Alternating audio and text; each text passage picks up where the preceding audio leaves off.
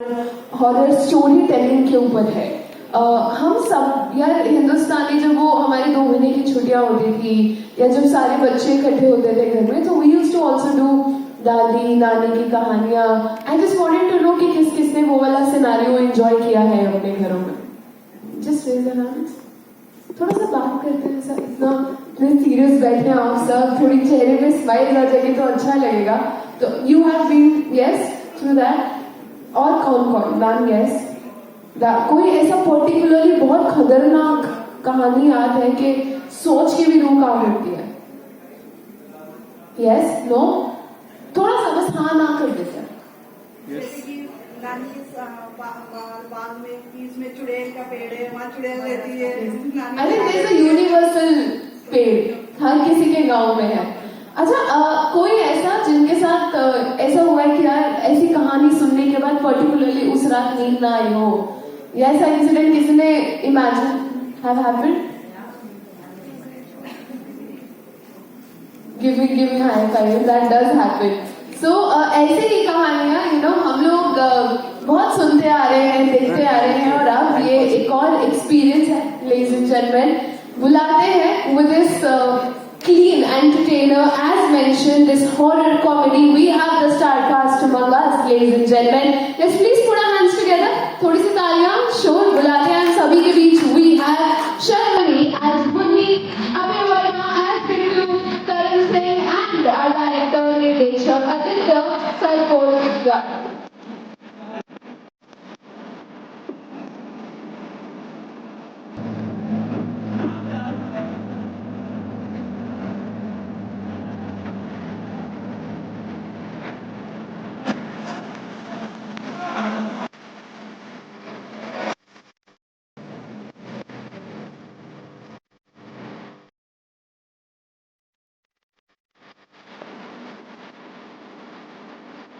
Thank you. First of all, a very, very warm welcome to all of you here. And just before you came, we were talking about कि कैसे हम लोग बचपन से वो दादी नानी की भूतों वाली कहानियां सुनते हैं, पढ़ते हैं। कितने जने हैं वो टेलिंग हमें रात को कहानियां सुन के नींद नहीं आती थी।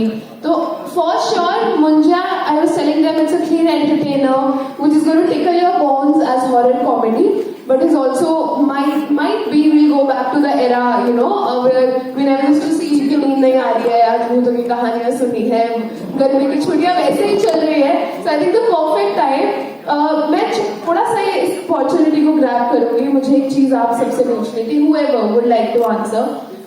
While you were shooting this movie, particularly for you guys, it's a very first experience of shooting horror comedy. Sets पे कोई ऐसा इंसिडेंट हुआ है जिस दिन वापस जाके नींद ना आई हो? एक दूसरे की शक्ल देख के हम डर जाते थे। That's another experience. No, I'll tell you, I'll quickly sum this up. I don't know आप में से कितने लोगों ने फिल्म देखी है। I'm assuming काफी लोगों ने देखी है, और जिन्होंने नहीं देखी उनके लिए एक स्पॉइलर ऐसा है कि इनका एक गेटअप है फिल्म में जो बहुत ही इंटरेस्टिंग गेटअप है, थोड़ा डरावना गेटअप है। तो ये ऐसे गेटअप करके रात को मेकअप वैन से सेट पे आती थी, और हम एक गांव में शूट कर रहे थे। गांव की जो गलियां होती है ना, वहां पे बहुत लाइट होता नहीं है। तो आई एम श्योर बहुत लोग काफी डरे हैं उनको वैसे देख के कि वो शार्प ऐसे टीथ टेंशन लगा के और एकदम भूतों जैसा मेकअप करके घूमी है वहां पे गलियों में। तो आई एम श्योर बाकी लोगों की नींद उड़ी है वहां पे गाँव में। बट एक इंसिडेंट हुआ था जो आई एम श्योर ये बताएंगे इसके बारे में, जो थोड़ा हॉरिफाइंग था। तो एक इंसिडेंट ऐसा हुआ था। फर्स्ट ऑफ ऑल सबको मेरा हेलो नमस्ते। आप लोग सब आए, मेरे को मतलब हम सभी को बहुत अच्छा लग रहा है। और एक इंसिडेंट फिल्म का ऐसा हुआ था कि हम एक होटल में स्टे कर रहे थे, और जहां हम शूट कर रहे थे बहुत ही खूबसूरत जगह थी, वो महाराष्ट्र की कोकण बेल्ट में हम शूट कर रहे थे। तो रात को हुआ क्या कि मेरी 3 बजे आंख खुल गई, ऐसी जनरली आंख खुल गई, और हमारी आदत है फोन चेक करने की, तो हमने फोन चेक किया। अच्छा 3 बज गए तो रखा, फिर 5 मिनट बाद दोबारा सो गए, 10 मिनट बाद। तो सुबह जब हम ब्रेकफास्ट टेबल पे हम सब बैठे और बाकी की टीम भी बैठी, तो सुबह हमने मतलब हमारा ऐसी डिस्कशन हुआ कि सब ठीक से सोए नहीं सोए। तो मैंने बोला नहीं यार, बस 3 बजे हम ऐसे उठ गए थे, मतलब मैं ऐसे उठ गया था 5 मिनट के लिए, फिर सो गए। तो ऐसे शर्मरी नहीं बोला। फिर आदित्य सर ने ऐड किया है मेरी भी आंख 3 बजे खुल गई थी। फिर उधर से तरन आया, फिर मोना मैम आ गई। तो हमने कहा बाप रे 3 बजे क्यों सब किया। तो तो थैंकफुली अभी भी हो रहा है, अभी भी हो रहा है, अभी भी कुछ अभी भी 3 बज रही है, कुछ है यहाँ पे 3 बजे। करण की शक्ल से तो 12 बज गए। नहीं, पर एक्चुअली ऐसी हुआ था कि 25 से 26 लोग थे यूनिट के, जिन सबके साथ ही हुआ। एक होटल में हम सब रह रहे थे, वो तो एक तालाब के नजदीक होटल था, ब्यूटीफुल होटल था, बट 3 बजे क्यों सब उठ रहे थे, किसी को इसका एक्सप्लेनेशन ही नहीं था। और ये 2 या 3 रात सीधे होने लगा। फिर हमने एक पॉइंट पे सोच लिया कि देखो उठ तो रहे, कुछ हो नहीं रहा है, हमें कुछ दिख नहीं रहा, कुछ आवाज नहीं रहे, हमारे साथ कुछ हो नहीं रहा, हम सिर्फ उठ रहे। तो बोले उठते हैं 5 मिनट के बाद सो जाते हैं, सुबह काम पे चले जाते हैं, तो हमने उसमें छोड़ दिया, पर वो काफी फ्रीकी था। आई थिंक ये चीज पर्टिकुलरली हम लोगों ने सुनी है कि वो जो 3 बजे का टाइम पीरियड होता है ना, that's when everything is much more awaken. तो कुड बी, थैंक यू, इसको मेरी आवाज नहीं पसंद आ रही है। Moving ahead, next question that I have, I just wanted to understand, you know, generally movie shooting का एक प्रोसेस है, does it differs from shooting a horror comedy particularly on horror, और no that's okay please, that's horror comedy. Horror comedy का ना एक सबसे बड़ा rule होता है, आप लोगों को हंसा भी रहे हो, एक साथ डरा भी रहे हो, और वो बहुत ट्रिकी इमोशन है, क्योंकि हंसाना और डराना दो अलग एक्सट्रीम ऑपोजिट इमोशन है। तो उसमें ना आपके पास एक बहुत तगड़ी कास्ट होनी चाहिए, जिनको अच्छी एक्टिंग आती हो, जिनको टाइमिंग आती हो, और जो डरे तो कन्विंसिंग डरे। तो जब अभय का मैंने कास्टिंग किया, या जब तरन का भी कास्टिंग किया, तो ऑडिशन के थ्रू कास्टिंग हुआ है इनका, नए थे, इन्होंने फिल्म की नहीं पहले, और मेरे पास कुछ रेफरेंस था नहीं, तो मैंने ऑडिशन जो रखा था वो ऐसा था कि एक सीन था जहां पे बहुत डर रहा है, आपकी फटी पड़ी है, और इतना डर रहा है कि मुझे हंसी भी आनी चाहिए, आपको डरते हुए देखिए। तो वो एक कॉम्बिनेशन है ना, वो बहुत इंटरेस्टिंग है, क्योंकि वो इजी नहीं है, वो सबको होता नहीं है। तो इन दोनों के कॉम्बिनेशन के वो ऑडिशन में उन्होंने बहुत सही किया था, और वो कास्टिंग में खेल हमारा आई थिंक काफी वर्क हुआ। फिर एडिट में और लिखते वक्त तो हमने वो संभाला ही, बट मैक्सिमम फिल्म में दोनों डर रहे। आपने अगर सीन देख रहे हैं तो मुंजा उनको डरा रहा है, डर रहे हैं, बहुत इंटरेस्टिंग कर रहे हैं वो। Thank you so much for sharing. I can just imagine the auditions now कि जिसको डराने वाला ऑडिशन देना पड़ा होगा, उसके लिए कितना मुश्किल होगा, for sure, क्योंकि आपको डराना है सबको। But moving ahead, we'll open the forum for media. I'm sure they are very curious to ask a lot of questions. Can you please pass on the mic? आप हाथ उठाना है, जिसको सवाल पूछना है, माइक आपके पास आ जाएगा। चलो। Hello everyone, my question is that, जैसे कि पहले जब मैं छोटा था एक मूवी आई थी खिलौना बना खलनायक, आई होप आप सबने देखी होगी, काते बिच्छू वाली।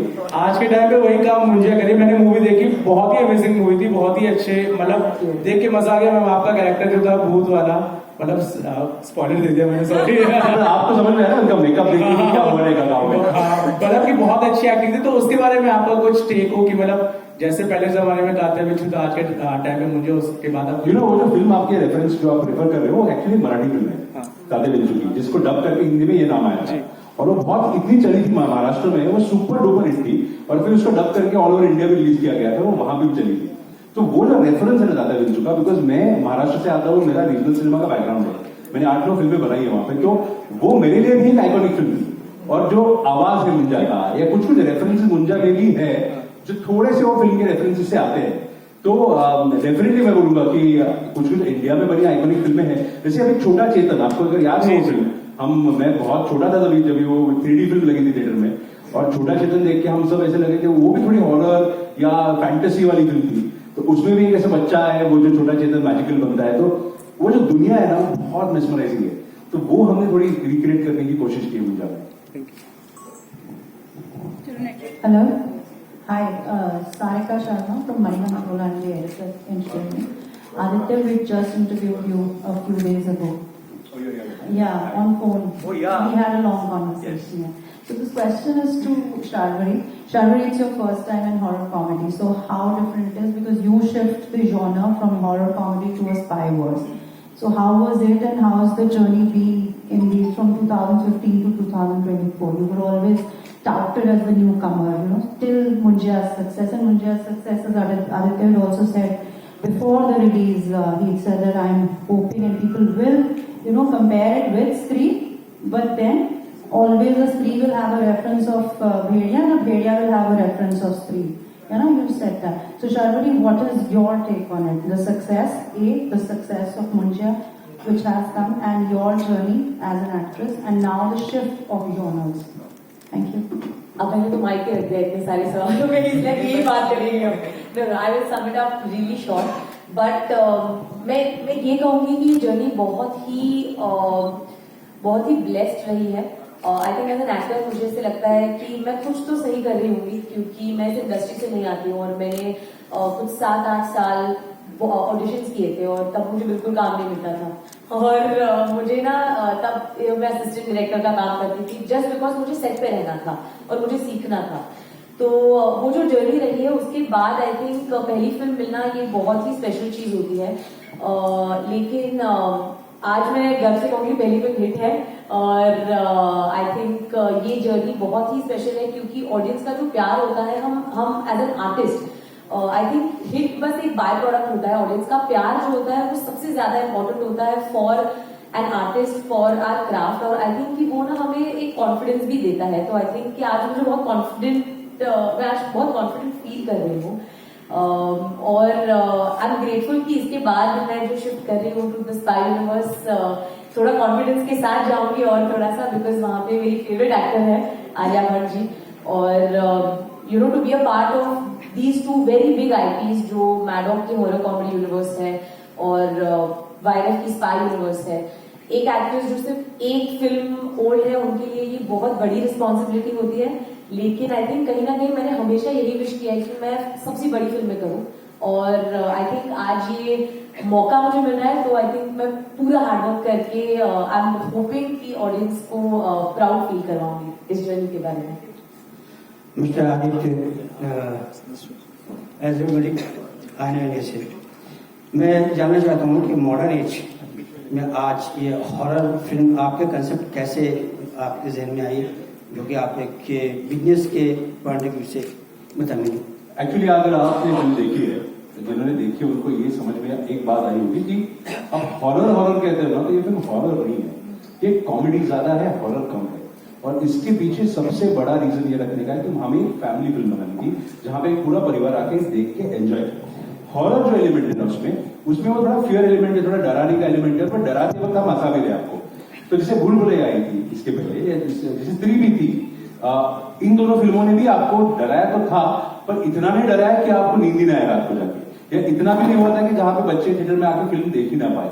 तो हमने जब ये फिल्म सिलेक्ट की थी, ये जॉनर सिलेक्ट किया था, तब ये क्लियर था कि इस फिल्म को एंटरटेनिंग बनाना है, इसको मजेदार बनाना है, और ये रूट लेके कि हम थोड़ा सा डरा भी रहे, आपको थोड़ा हंसा भी रहे.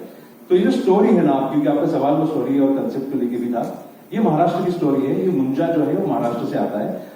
कोंकण जो उसका पूरा बेल्ट है, कोस्टल बेल्ट, वहां से आता है. बहुत बहुत फेमस वहां का एक फोकलोर है, वहां की कहानियों में एक मुंजा हमें पता है. मैं वहां से आता हूं, तो मुझे छोटे से, जब छोटा था तब से मैं मुंजा के बारे में सोच रहा हूं. देखा तो कभी नहीं, क्योंकि ये तो काल्पनिक है, पर पता होता है कि गांव की जो दंत कथाएं होती है उसमें मुंजा का रेफरेंस बहुत आता है. तो उसको लेके उठा के, जैसे कांतारा चली और हमने सबने कांतारा देखा, ऐसे रीजन की स्टोरी जो हमें पता भी नहीं था, वैसे ही मुझे कॉन्फिडेंटली लगा कि मुंजा भी लोग पसंद करेंगे. वो भले ही रीजन से है, सिर्फ वो रूटेड होनी चाहिए और वो मास एंटरटेनर होनी चाहिए. तो मैडम ने उसको बैक किया और वी आर वेरी हैप्पी कि मैडम ने इसे फिल्म बैक की.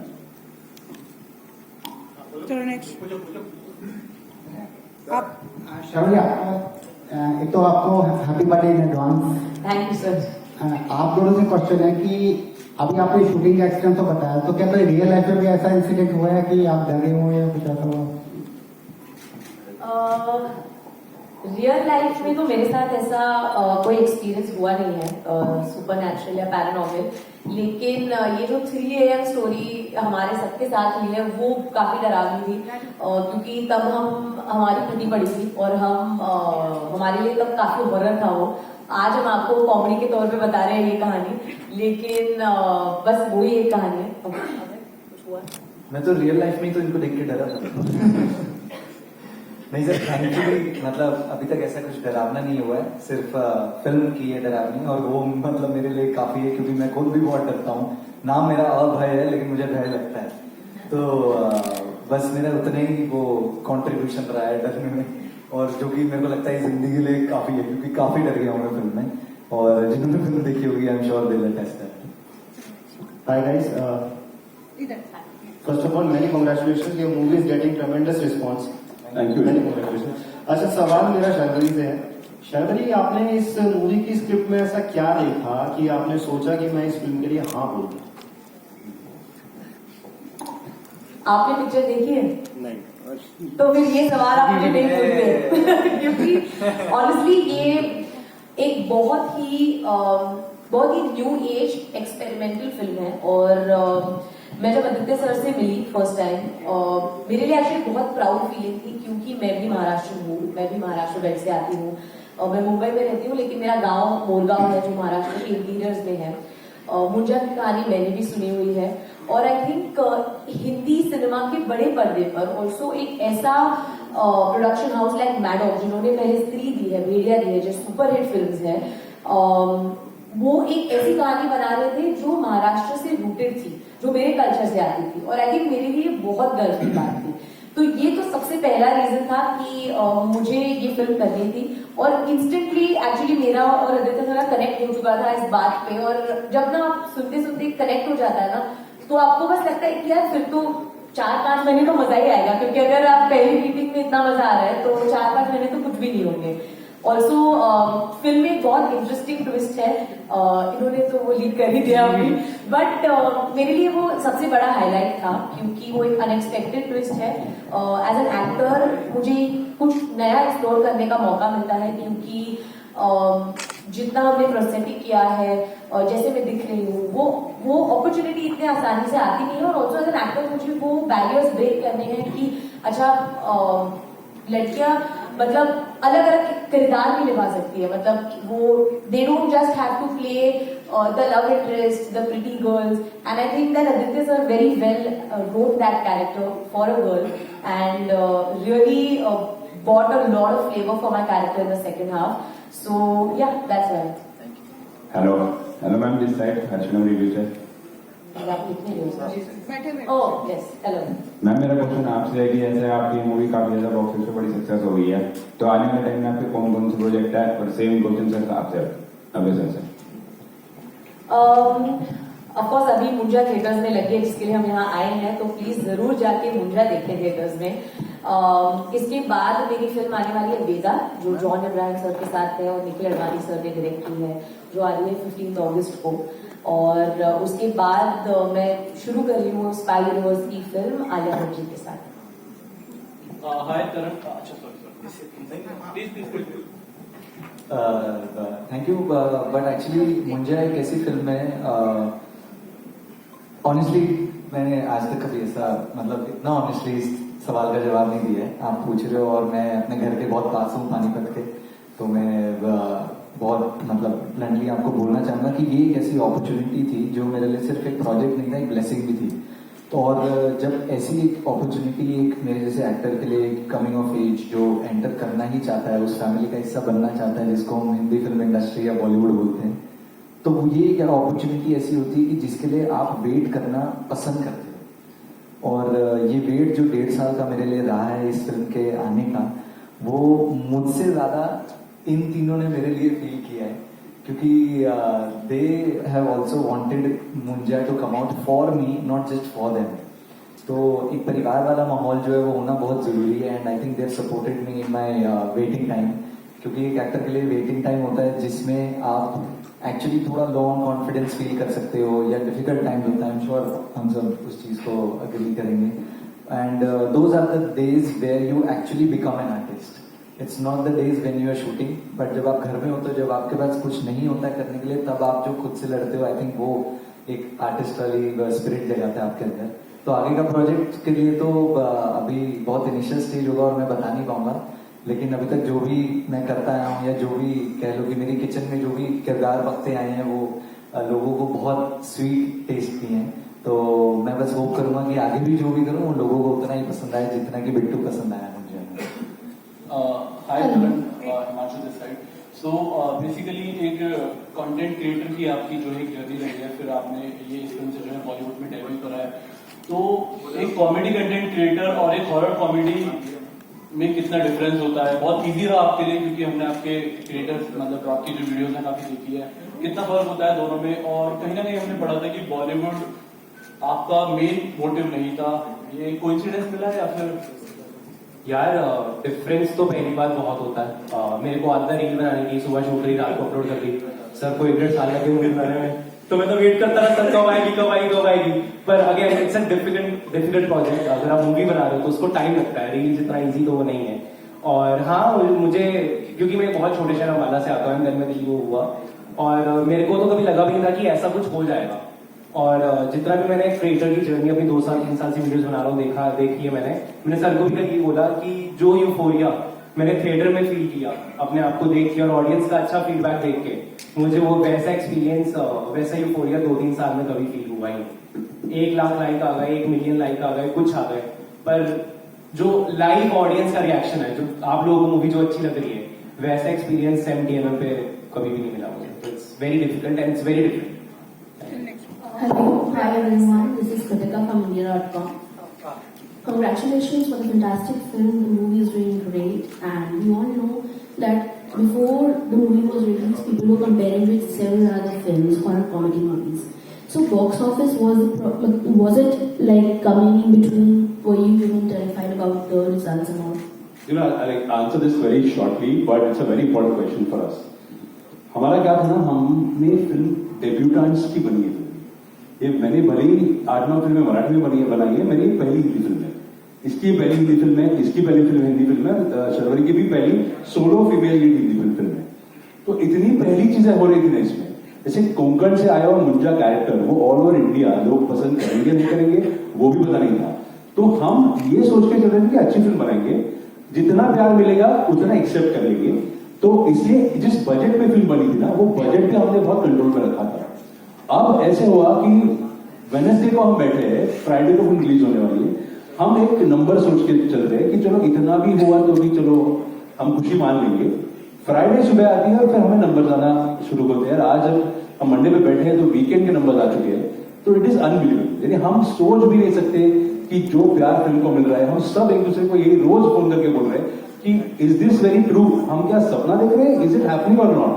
और मुझे इन दोनों के लिए, शर्वरी के लिए भी इतना I am so proud for them, because इनकी पहली फिल्म है, ये यंग है और छोटे से शहर से मुंबई आके स्ट्रगल करके काम मिला के वेट कर रहे हैं कि फिल्म आ जाए। तो जो ऐसे रिजल्ट आता है ना, वो रिजल्ट का आई थिंक ये वर्थ होता है।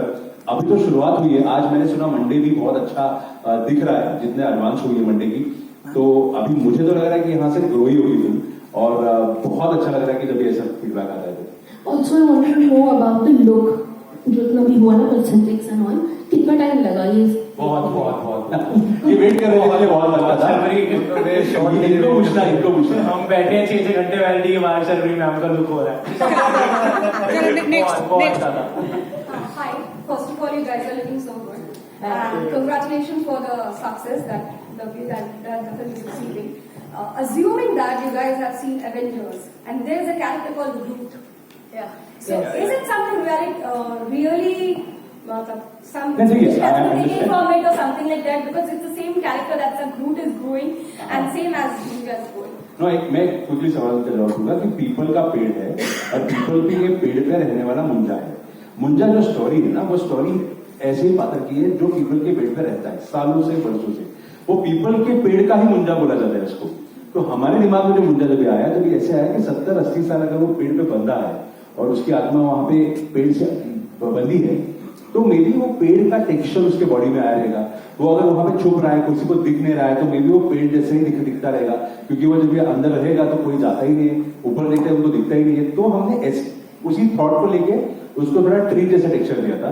अभी वो कोइंसिडेंस ही वो ग्रूट जैसा दिख रहा है, बट मुझे लग रहा है कि जब चलो फिल्म देखोगे ना, तभी आपको जो एनवायरमेंट में उसको प्लेस करके देखोगे आप, तभी आपको कभी लगेगा नहीं कि वो ग्रुप को कॉपी किया है, आपको लगेगा ये सही लग रहा है। Hello everyone, I'm Anandita from India Today. My question is to whoever wants to answer.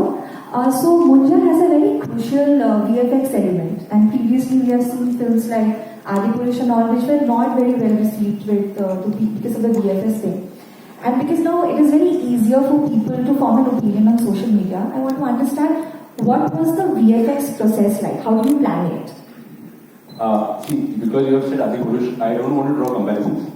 Because Adipurush मुंजा के आई थिंक 20 गुना बजट की फिल्म थी, तो जो बजट के साथ हम काम कर रहे थे, उस बजट में हम जो बेस्ट दे पाए वो ये मुंजा था। और हमें हमेशा लग रहा था कि मुंजा VFX ही होना चाहिए, क्योंकि वो जो चीजें कर रहा है ना फिल्म में, जो कूद रहा है, जो भाग रहा है, इसके पीठ पे चढ़ रहा है, वो एक्चुअल ह्यूमन के साथ करना इम्पॉसिबल था। हमने जो ट्राई भी किया था वो वर्क नहीं हो रहा था।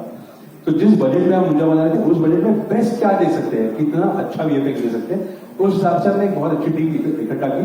ये D-Neg नाम की कंपनी है, डबल नेगेटिव उसको बोला जाता है, जो हॉलीवुड की कंपनी है, जिन्होंने जस्टिस लीग या एक्वामैन या ड्यून जैसी फिल्मों पे काम किया है। तो हमने उन पर काफी खर्चा करके उनको वहां से यहाँ बुला के, उनकी टीम को यहाँ रख के, उनके साथ R&D करके एक पूरी प्रोसेस सेट की थी, जहां पे सेट पे, अभी इनका जवाब ये भी देंगे, सेट पे ये परफॉर्म करते थे, कुछ नहीं था वहां पे, ऐसी चीजों के साथ जो डमीज रखी जाती थी कि यू हैव टू इमेजिन कि यहाँ पे वो मुंजा बिहेव कर रहा है, रिएक्ट कर रहा है, और हमें इमेजिन करके उसको रिएक्ट करना है। एक्टर के लिए बहुत डिफिकल्ट होता है कि आप इमेजिन कर रहे हो सामने वाले की रिएक्शन, तो वो इमेजिन करके परफॉर्म करते थे। फिर वही शॉट हम वापस लेके जाके एक स्टूडियो पे, एक फ्लोर पे, एक एक्टर को जो एक्रोबैट करने वाला था, उसको एक ग्रे सूट पहना के शूट करते थे, उसको कंप्यूटर में लेके जाके उस पर पूरा काम करके उसको डिजाइन करके उस पर रखते थे। फिर एक तीसरा लड़का आता था जो सिर्फ एक्सप्रेशन देता था, तो उसके एक्सप्रेशन को शूट करके हम उस पर लगाते थे। तो लंबी प्रोसेस थी, 1.5 साल की प्रोसेस थी कि मुंजा को बनाना, मुंजा को आपके सामने रखना। मे बी अभी नेक्स्ट टाइम जब भी सीक्वल बनेगा आपको थोड़ा अपग्रेडेड मुंजा भी दिखेगा, क्योंकि बजट भी थोड़ा ज्यादा आएगा। बट आपको ये भी मैं बताऊंगा कि बहुत मेहनत के साथ जो दिख रहा है वो दिख रहा है। और हमें एक खुशी है कि जो लोग इसके बारे में इवन कमेंट भी कर रहे हैं ना, वो इस चीज के अवेयर है कि जिस बजट में मुंजा बनाया ना, उसके हिसाब से आप मुझे भी पूछोगे तो आई थिंक जो टीम ने काम किया इनक्रेडिबल काम किया है। Sir, good afternoon. This is Sanjay. You already talked about the sequel right now. So my question was, when is the sequel coming? Because your film is getting a lot of critical reviews, sir. See, you have to see the film first for that, because you will know कि हमने film के and में क्या किया है। Because जो and में किया है, जिस किसने फिल्म देखी है उसको पता है कि एक क्लियर कट सीक्वल के लिए हमने चीज छोड़ी है। But I would say that please do watch the film and then you will know sequel भी आएगा ही, पर कैसे आएगा उसका रेफरेंस भी आएगा उसमें। Thank you.